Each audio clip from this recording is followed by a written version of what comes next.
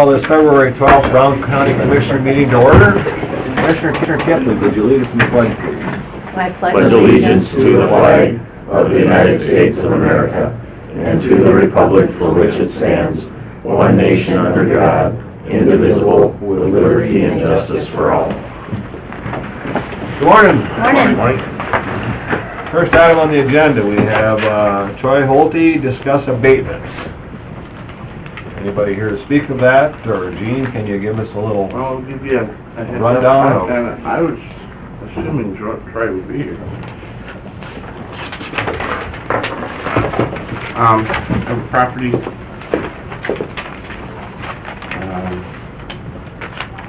lot 12 HHS property for their subdivision. It's homeowners association abatement. There's a pass out release where it's sitting down by off of Melgard, down by Lawson. It's a property that will qualify for an exempt status. The gentleman, Troy, applied for exempt status for 2019 payable 20. He does meet all the exempt status qualifications under IRS 501c4, meaning it's a dedicated green space in a housing development, but it's been dedicated as a public park, and that was one of the criteria to be exempt. He'll meet that in 2019. He would have met that in 2017 and 2018, but this is an annual application exempt application he has to make, and he had never made the application. So we had never applied the exempt status, and as he's gotten his tax bill, he's wanting it abated for 17, payable 18, or excuse me, refunded for 17, pay 18, and abated for 18, pay 19. He'd asked why he had never gotten an application before, and typically we don't know who to send them to until we know who to send them to. So somewhere along the line, and I'm not sure how it came about, but we sent him an application for 19. He's filled out forms. We're going to recommend it at county boards that he be exempt for 19. But I don't want to go backwards and abate taxes that he missed the deadline for. So I am recommending to deny the abatement, and How much is it? I suspected he was going to be here to speak on his behalf, but Had he applied before? no, He never has. no, Never has. no. And I'm not sure, see, we normally, if I know about it on the annual status, we send out an application to everybody we know about, so I don't know how we ran across that we would send him an application. He did apply for 19 on October 11th. So apparently somebody in our office ran across some reason to send him an application this year, so we did. And so he'll be on the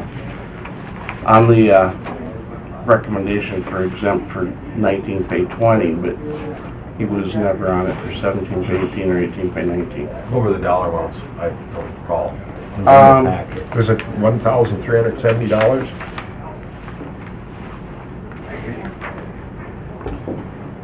Yeah, it would probably be right in that neighborhood. $1,370. Per year. Yep. Well, unfortunately, without an application, I don't think we can abate it because that's part of the requirement. How long had it been under this? Do you have any idea how long it had been under this, whatever it was that you said that created it being tax exempt? Well, it's a new plat starting in 2017, so that would be the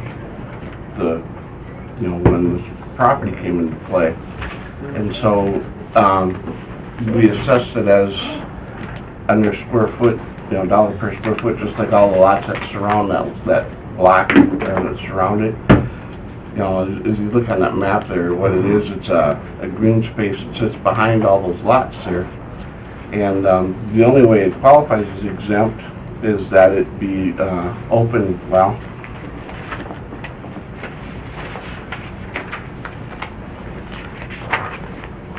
in any event, it's open as a public park, or as for the general public. Had it been a green space for just the association itself, it wouldn't qualify for exempt. Being that he's convinced the IRS that it has public access and open to the general public, I got no business disagreeing with them, so, you know, we'll accept it as exempt as it's coming forward, but it is an annual application kind of deal. So it's not been dedicated to the city for their operation? Correct. It remains with the association? Correct. Okay, so there wouldn't be like there's a trigger that said, okay, this has been dedicated to the city, No. Parks and Rec Department or something? Yeah. So the association's still gonna retain ownership of it, it's just like Right. it's got an easement, that basically says this is gonna be green open space? Okay. It says the association should include its exempt application evidence that the areas such as roadways and parks and that it owns and maintains are open to the general public and not just its own members. It also must show that it does not engage in exterior maintenance of private homes. I found the form finally. So it appears from the map here that it's got this, It's got an access off of, how wide is that, do you know offhand? Does it say? I don't know right offhand. Okay, just curious. So it's probably gotta be, what, 18, 20 feet, something like that? Yeah, probably. Seems like the kind of park you gotta know about it to know it's there. You gotta know about it Use till it's signage. there. But it's like I said, he's convinced the IRS that it's a public park, and I'm not gonna argue with them. Because it doesn't appear that it's got any, it doesn't appear it's got any dedicated parking or anything like that. No. for it. No.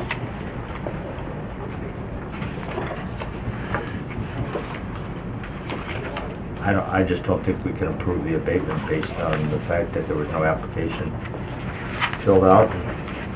Going forward, there will be. Yep. They'll qualify. Yep, and we will recommend it for county boards on 19. Once we have it exempt, we send out an application every year. And that's very similar to the owner occupied as well. You have to fill out a form for that, and we've had those questions for years and years and years, and that's just the way the law is set up for that. It really ties our hands, so. Make that a motion? Based on the information provided, I would make a motion to deny the abatement on this property. Second. We got a motion by Sutton, a second by Weiss to deny the abatement on the property of Troy Holte. All in favor? Aye. Opposed? Motion carries. Thanks, Gene. Thanks, Gene. Thank you, Gene. Next item, we have Dennis Jones discuss county administration idea. Dennis, come on up. Mike also? Morning, Dennis. Morning. Morning, buddy. For your job application, or what? I wouldn't want you to interview me. That's a tough one. We'll leave it at that. Yeah, right, that's right. Thank you I'm going to try and be as brief as possible. It's an idea that kind of came about. I've got a friend that's a commissioner in another county, and we were visiting one day, and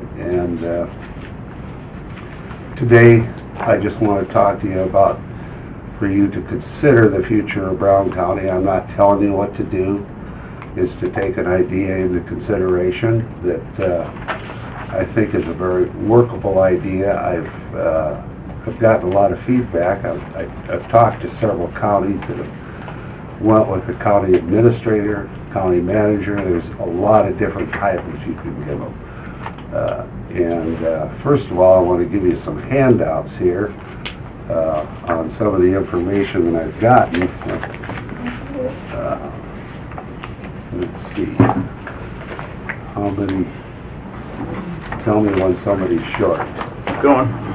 Okay.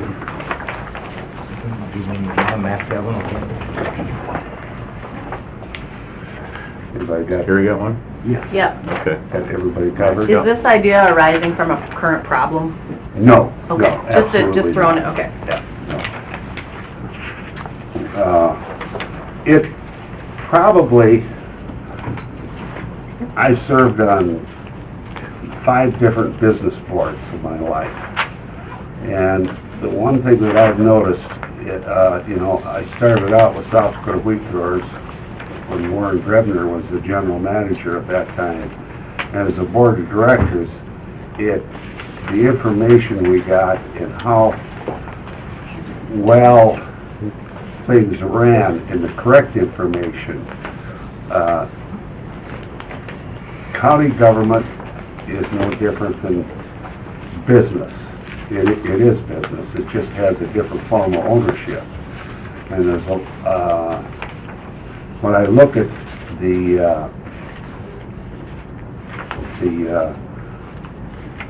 your budget from about 1995 or something I was looking at to today, it's grown a lot, and things have gotten a lot more complex. And in visiting with, I had some very good visits, and consider this a visit today too, just a visit, with other commissioners of, and what I'm showing you here today is what Cass County of North Dakota has done in Minnehaha County.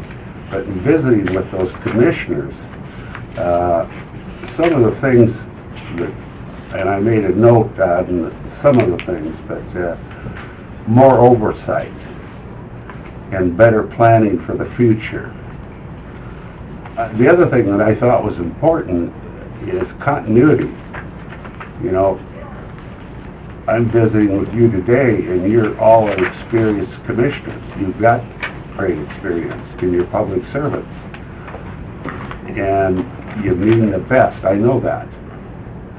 But continuity is you're not going to be here forever, and there's going to be a turnover of commissioners, and possibly keeping that in mind is where I guess I'm asking you to give this thoughts and consideration. The one thing that did stand out a lot in visiting with various commissioners is their information was better.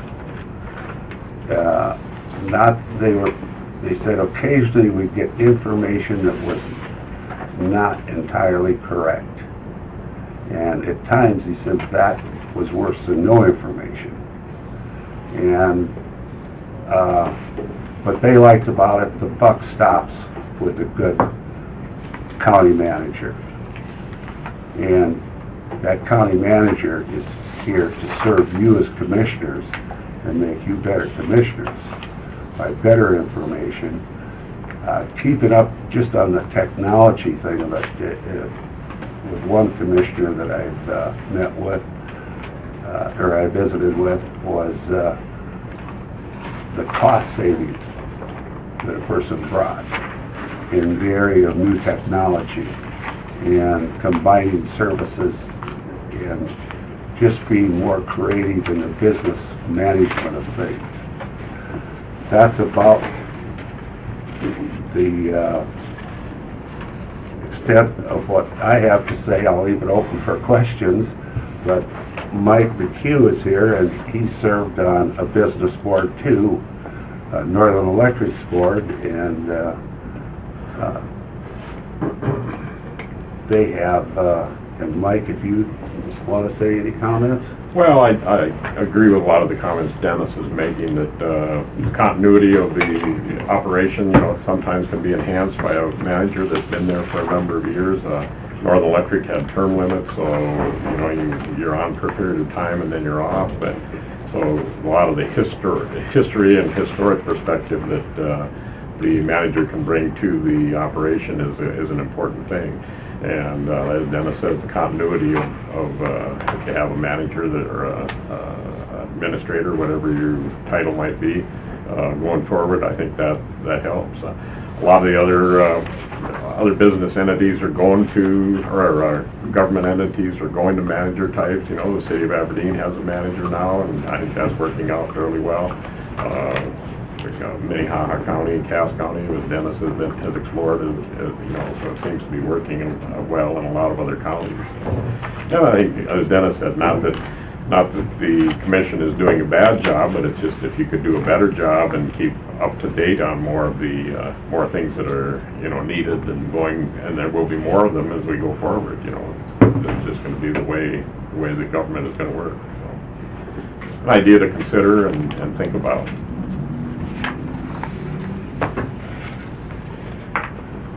Rachel? I suppose a lot would depend on who you get as that county administrator, but the downfall that I see is I've got friends from municipalities, and it's not here, but when you talk to them about things going on in their community, there's a filter, and so they're a little withdrawn from the day-to-day of what's going on, and like I'll say, I can't believe you guys are doing this, and they'll have no clue what I'm talking about.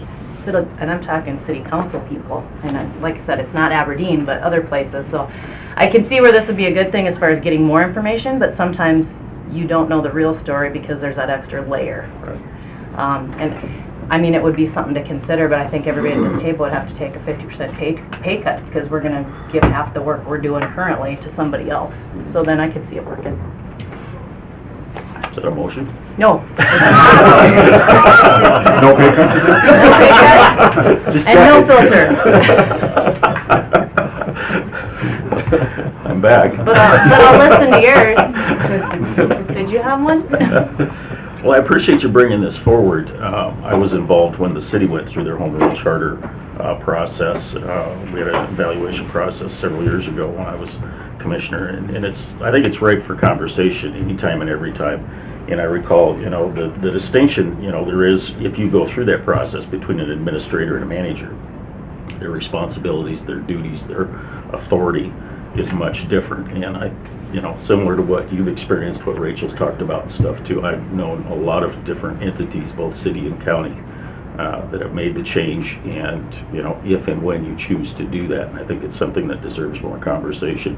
The selection process is hugely important because, with the differences, it's the kind of thing the right person can make either one of them work and the wrong person can really mess it up.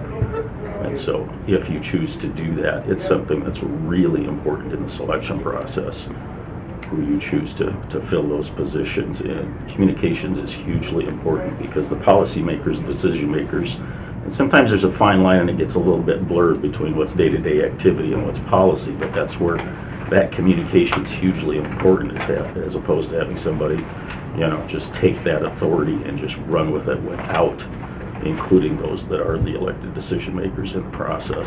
I appreciate you bringing this forward. I think it deserves more conversation. Well, thank you. One thing I did find out when they interviewed the people that applied for the position, there are some very good applicants, and they could tell right away that whether it was in-house within the county or outside, who really knew what he was talking about and who could take the politics out of things. That's important, is to remove the politics out of things as much as you possibly can. That's hard to do. In answer to your question, they didn't, they said their communications with the people out in the county never changed, and it seemed like when a problem did arise, why it seems like it got settled in a more timely fashion and professional fashion. There wasn't, the one commissioner told me, I'll never forget what he said. He said, I probably would not serve as a commissioner today if we did not have one, knowing what we were doing before and reflecting back. He said, it's just a different whole business world is what it is.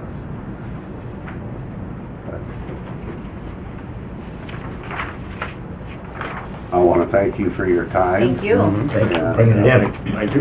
Yeah. Thank you, Dennis and Mike. I appreciate bringing that forward, something that we can all review and look over the highlights. Sure. And see where we land with it. Thanks, Dennis. Yeah. Thank you, Mike. Thank you. Have a good day, you guys. You as well, thank you. Stay warm. Yeah. Easier. Doug, I have to get going. Can we go into exec real quick to discuss one legal issue? Sure. Move legal, exec. Second. Pending Moved by, I see Dirk here and I don't want him to start talking or I'll never get on the road. second by Sutton to go into legal, to go exec for legal and Gene. personnel at the same time. Christie, are you going to do it at the same time? Legal and personnel. And then for legal, we'll have Gene. Okay. Legal and personnel? And personnel? Yeah. Okay. And then for legal, Max will have Gene in here. No, start in here. I'm getting out of this. This is here. So, No action as a result.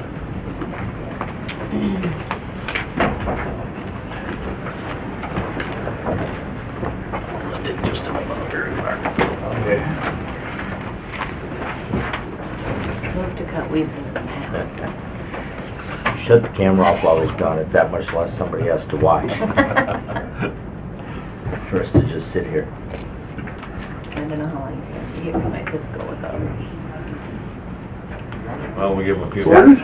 Anybody else need a short break? I'm up here right now. Okay.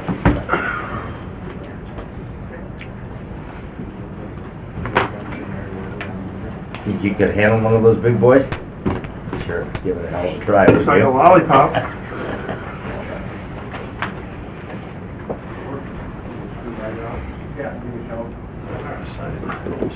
Everything else, right?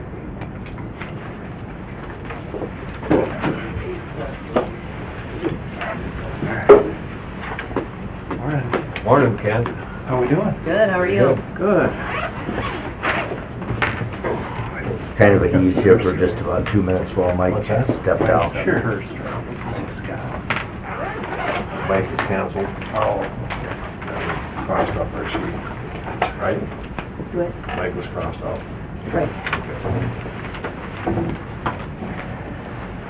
Good one. Oh, good, more people. Yeah. Okay, we're back in session. The item on the agenda is Kent Jones, Communication Director, Paul Severson, IT. Discuss contract for E911 phone system move. Yep. A short one? There's one more. Oh, thank you.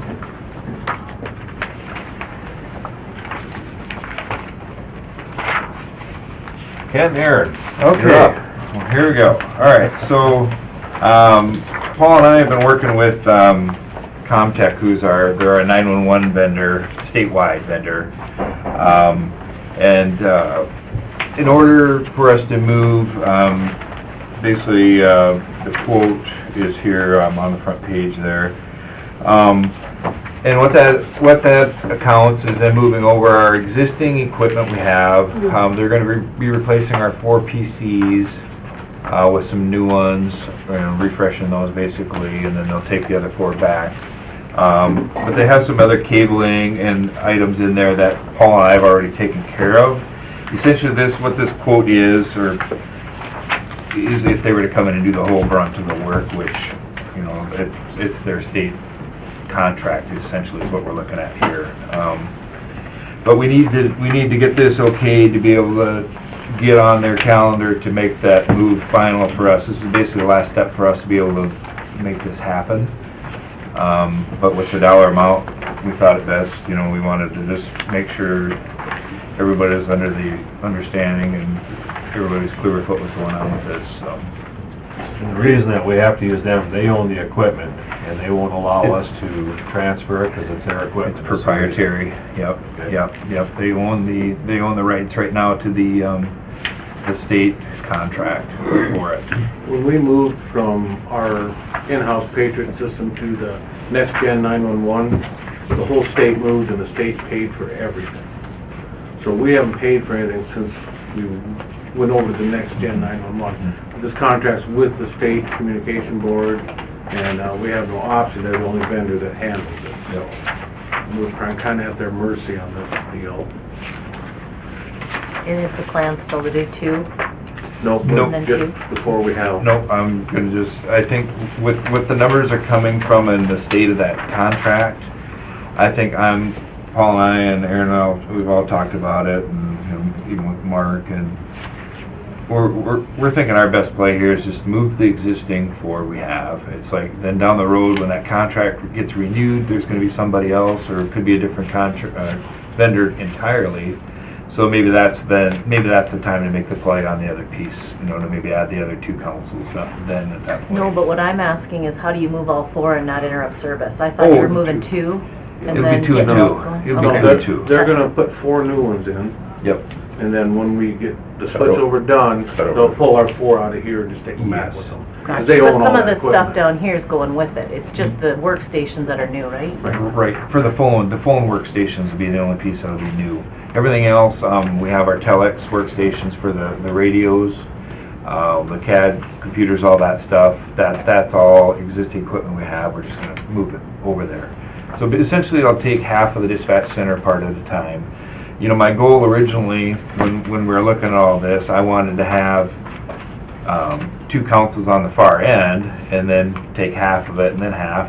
But with the dollar figures they're throwing, it's just, right now, it's not even I don't think it's a feasible option. And then, like I said, the state of that contract, with it being, it ends in December, so it's like, I can't see spending that kind of money, and then if you don't know you still have that vendor in December, it seems kind of silly to add those extra 2. It just doesn't make much sense, so. The cost of the extra 2 is $11,000 up front, then $1,500 a month. Yeah, So yeah. it's just really feasible. If they were gonna be that forever vendor, but I don't, what I'm getting, indications we're getting talking to the Marine at the state is, there's a lot of vendors bidding on that RFP, so it's most likely gonna be a different vendor, Yep. so. Yep. So the option is either stay put where we are or pay this and go. And I have plenty, in the budget to cover it. I don't have an issue with that. It's there. Sure would have been nice, because we were trying to get the bill before the first of the year, because I turned back $70,000. So I had that money sitting there, and we could never get them to get the quote to us. They just wouldn't do it.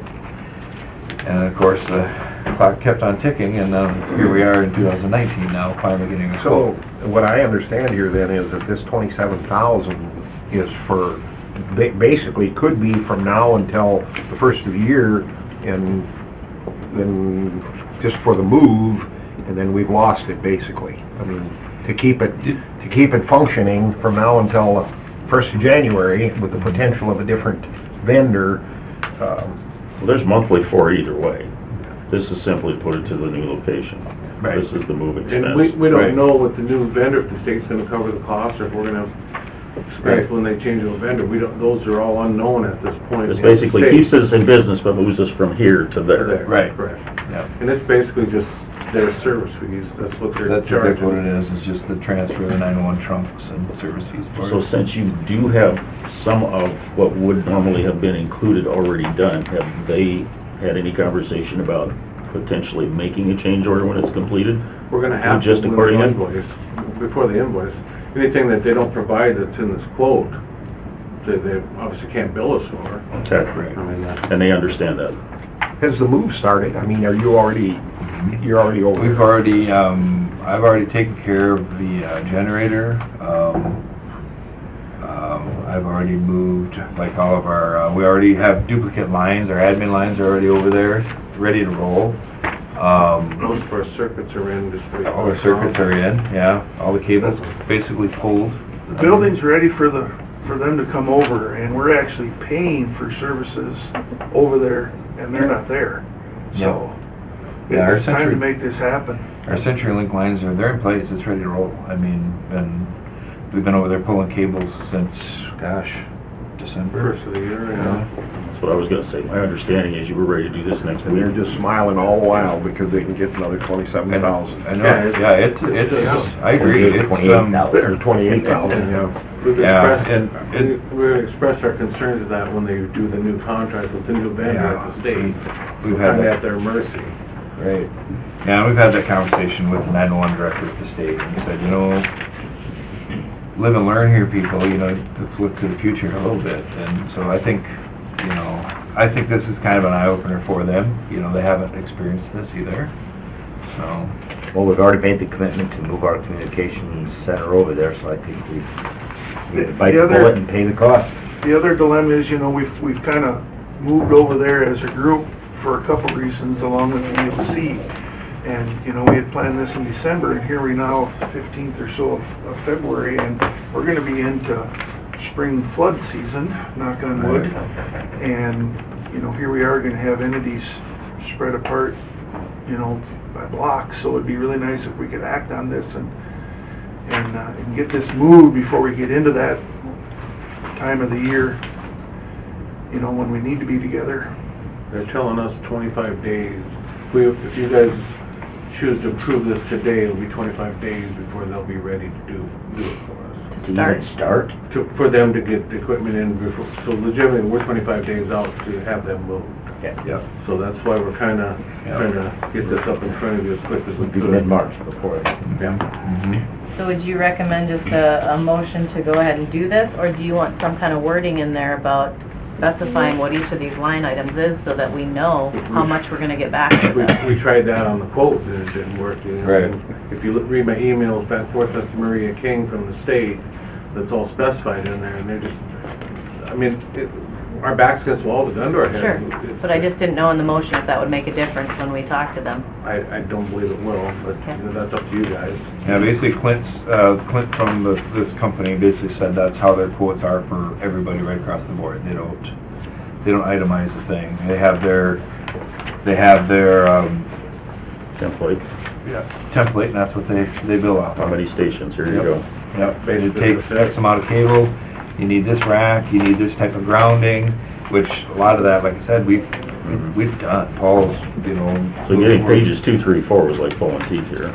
Yes, it was. It was, Yep. yeah, it took several calls to the state, and the state got involved in it, and Rachel was involved with some of that as well, with her being on the 911 board and everything, and Well, I think they pretty clearly understand what our expectation's gonna be, and so basically what you need is approval from this board today in order to move forward. Correct. And they know what conversation's gonna come from that.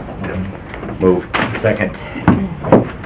moved by Lee, second by Sutton, to authorize the Comtech bid of $27,986 to move the equipment from the old site to the new site. All in favor? Aye. Opposed? Motion carries. Keep us in the loop. Thanks, Ed. Thank you. Good luck. Thank you, appreciate it. It happens sooner than later. Yeah, we're going in a good direction here, and Yep, appreciate it. thank you all, appreciate it. As soon as you sign it, Doug, get it to us and we'll We get it. have that, when we know Right now. She got the- Patient, persistent. I know, right? Yep. All right, thank you guys. Thank you. Ken, the original is, I'm supposed to sign, Tara signs, where's the original at? I believe that is it. That's just, they email it to us as PDF, and we printed it off, so, yep, that should be it right there. So you guys want all signed? Thank you. Okay, thanks. Thank you. The state does it to us again. And they will again in the future. Any other item is on the agenda? Scott, you have something for us? Sorry, Mike. No, you're fine. Sure, Roy. I will be the any other discussion. Okay. Nancy North was working in my office part-time for 90 days, and then she got extended 60 days. So I don't know how that conversation started or got approved or any of that. I don't really know who to go to, but her time is up last Friday, so I'd like to just propose to the commission that I'd still like to see a full-time position in planning and zoning, and at least a part-time position until we can get to that full-time position. I know there was some opposition on my requests before, but this last year I kept track, probably 95%. But I had 544 hours of overtime, unpaid overtime, because I'm salaried, and I've lost 76 hours of vacation time being maxed out, and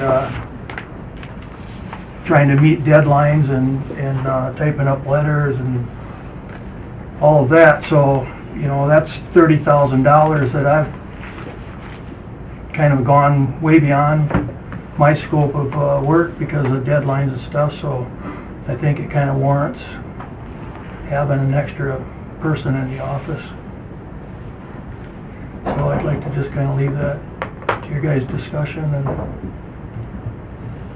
You know, Well, go ahead. I guess, you know, right now, Rachel and I and Scott have been working on trying to get some uniformity as far as the 3-mile limit, and I think Scott's invaluable in that particular process because he has awareness of what has transpired over the years over in the city, having come from over there, and I think that, you know, the very least, he needs a good part-time individual in his office, and I guess I would guess or would say that he probably needs a full-time person to help him to continue with what he's doing, and I guess, and I always have the concern of budget. There's no question about that.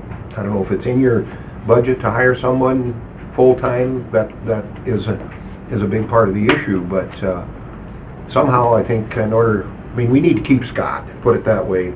He's invaluable in that office over there, and so I guess I'd like to see something happen. I agree. And we've talked about doing this 3-mile stuff. It's going to be an undertaking, and we've gotten a good jump start on it. But once we get it up and going, we've kind of talked around here that it's something worth doing, just for the customer service aspect and clarifying for the residents of the county. And a big part of it too, I mean, Scott doesn't have time to go out and do any enforcement. I mean, there's issues that come up that he needs to be, or someone needs to be actually out there driving around looking at some things, and that isn't happening. Should be happening. So I don't know where we go from here, I guess. Based on the hours that we've already invested in your assistant up till now, is that person a good fit? Number one, would they be willing to continue for another 6 months if we wanted to extend this through our budget time to take a look at seriously what we're looking at budget-wise? Would they be willing to stay on for another 4 months, for example? for In the what same hours? position? I mean, part-time? Same that they've been serving, yeah. Yeah, because the 3, 4, 5 months that she was there, I was instructed, you know, by the commission that she can't help me with any of my regular duties, just data entry and filing, so I haven't used her for any daily duties. She's just been catching me up with all my filing and stuff, so she said she'd be interested, so depending on what the commission decided or whatever. Did you say they opened up some other options as far as, what was it, Experience Works and... There are For a some, long yeah. time there was nobody, but then I thought you said there is some people now. I have gotten a call that, that Experience Works out of Sioux Falls, and then even there's a local person at the Department of Labor now that's trying to get a couple people going, but you just never know for sure when you're looking for them if they're going to have someone available or not. And are those limited hours, or how many hours can they work? Yeah, that's basically, it's up to X amount of hours, but it gets paid for, which is the nice option, so, but it's more of a part-time thing too. And you got a ramp-up period and stuff too, trying to get them up to speed on what's going on. Well, and program that's pays the it? other thing too, yeah, you do have that training aspect that takes time too. And it depends upon the experience. If they've got some experience, but chances are of getting someone that has experience is probably pretty limited.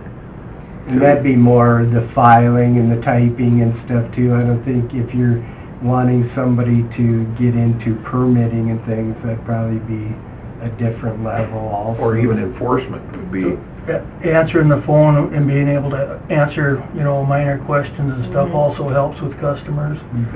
Because anytime I'm out in the field or gone at a meeting or a training or something like that, and people still just get very upset that there's no one there.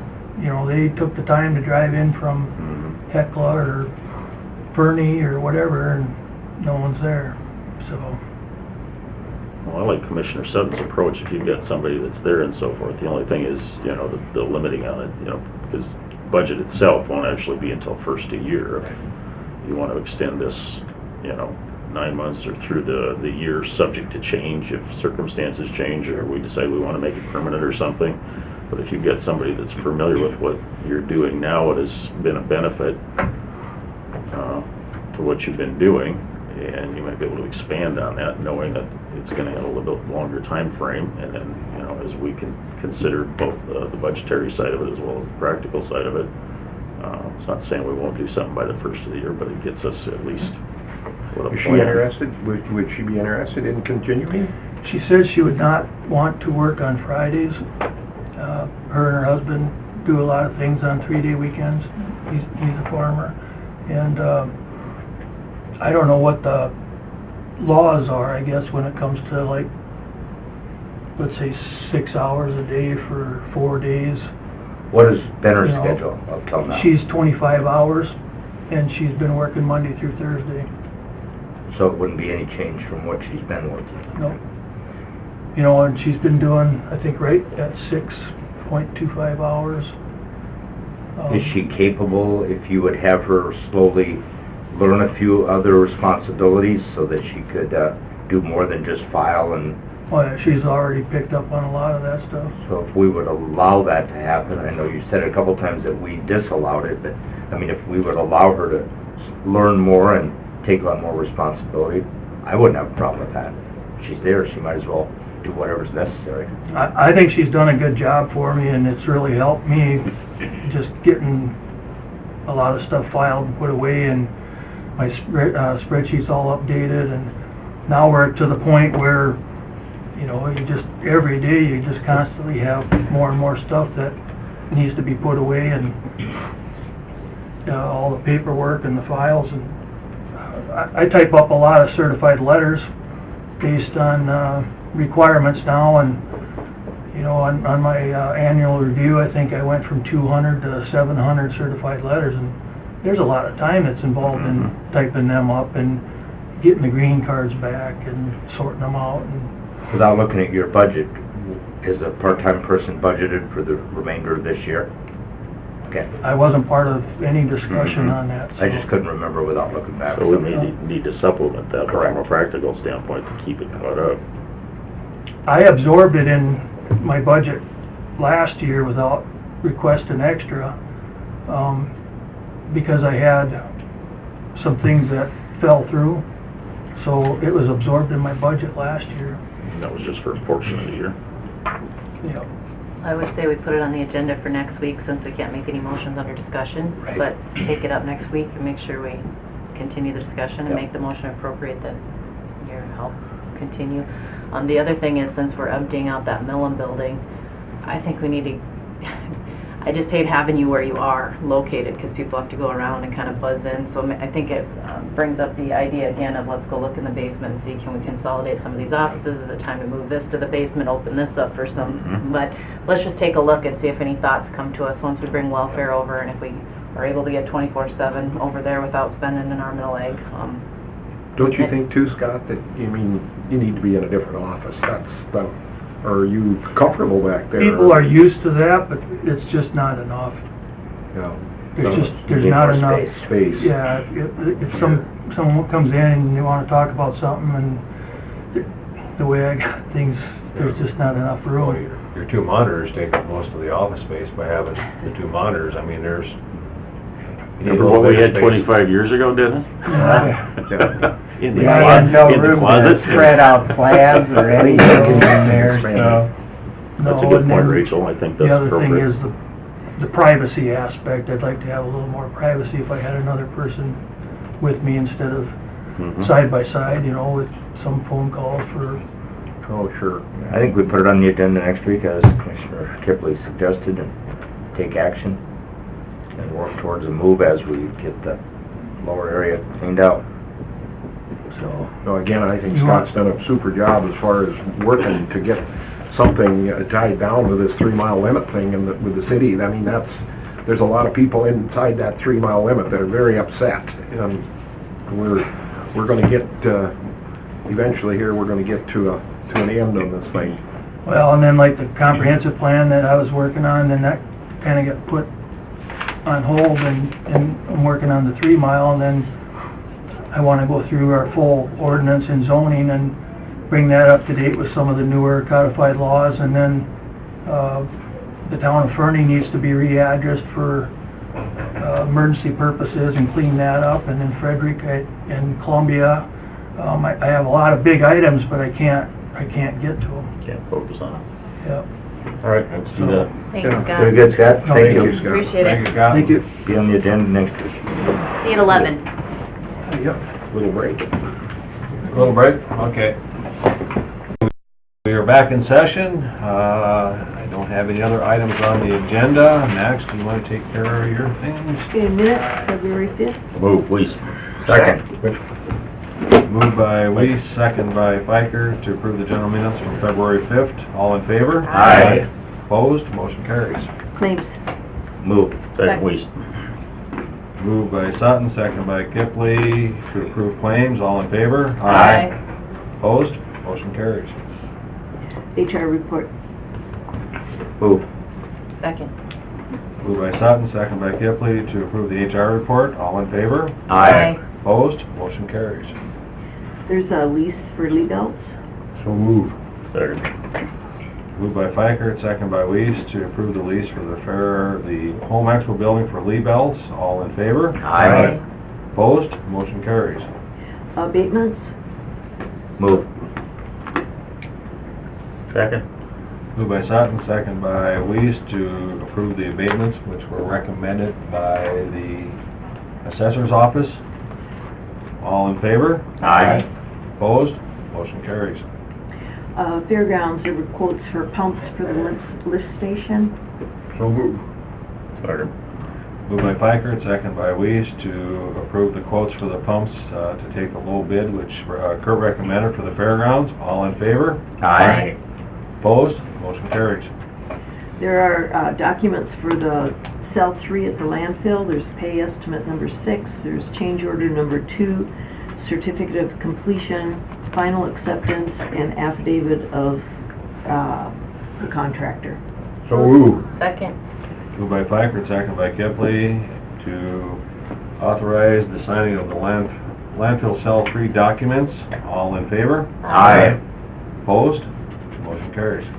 Auditor's report of accounts. Move. Second. Moved by Sutton, second by Weiss, to approve the auditor's report of accounts. All in favor? Aye. Opposed? Motion carries. The emergency operations center policy and procedure. Move it. Second. Moved by Kipley, second by Weiss, to approve the emergency management policy and procedure for, basically that's using the community room downstairs. Is that, oh, that's something different, right? Maintain, Okay. yeah, the backup Using Okay. priority. using everything they've got here plus the new building. Okay. And then Dirk brought in letting authorization. This is just a form telling the state that they are authorized to do the letting on Bridge 225, I wonder which one that is. 425, sorry, Is that the Hall Bridge? the Hall Bridge. Okay. Yeah, so it's just authorizing the chair to sign this so we can get it sent in so they can get their letting. So on. move. Second. Yeah. Moved by Fiker, second by Weiss, to Well authorize overdue. the chair to sign the letting authorization for Bridge 425, is that correct? Yep. Yeah. All in favor? Aye. Opposed? Motion carries. And that's all I have. Gary, you have anything? Pretty good. Anything else to come before the commission? Senate Bill 103 was heard on the Senate floor yesterday. We got it out of committee last Wednesday, 5-1 vote, and it died 14-20. They determined that because it was revenue base that it needed a 2/3, but 14 ayes, 20 nays, so it failed on the Senate floor yesterday. Surprise, surprise. Yep. Got another one coming up tomorrow that is Commissioner Gable's bill from Watertown. He's been spearheading, and it was the sales tax that I talked about last week, so that's up in committee tomorrow. And that's just authorizing to allow it. Half-cent sales tax for a predetermined amount of time to build infrastructure. That's a pretty good result in the first round. Yeah, we educated 14 of them. Anything else to come before the commission? I would entertain a motion to adjourn. So moved. Second. Moved by Sutton, second by Kepley to adjourn. All in favor? Aye. Opposed? We are adjourned.